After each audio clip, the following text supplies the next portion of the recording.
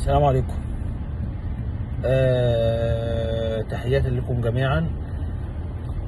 احنا بقالنا كام يوم كده ما اتكلمناش عن نادينا ولا عن الاحداث الجديده اللي حاصله فيه.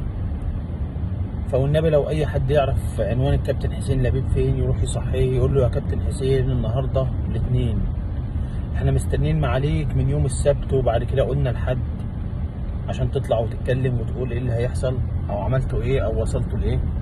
مليون الف ملف موجودين في ايديكم ولا نعرف اي حاجه خالص. ايه الجديد؟ ايه اللي حصل؟ محدش عارف. روحوا صحوا من النوم وقولوا له الاهلي بيلعب في امريكا وكان بيواجه ميسي امبارح وميسي منزل على الستوري بتاعته على الانستجرام وعلى التويتر وعلى الفيسبوك صورته اللاعب بتاعنا احمد مصطفى 25.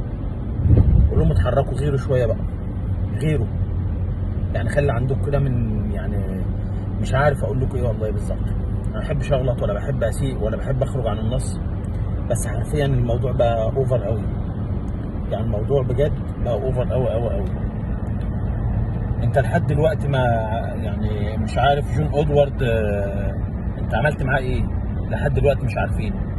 الراجل لا وقع عقود لسه ولا عملت معاه اي حاجه، ولا تعاقدت ولا اعلنت عن مدير فني اجنبي، ولا تعاقدت ولا اعلنت عن اي صفقه.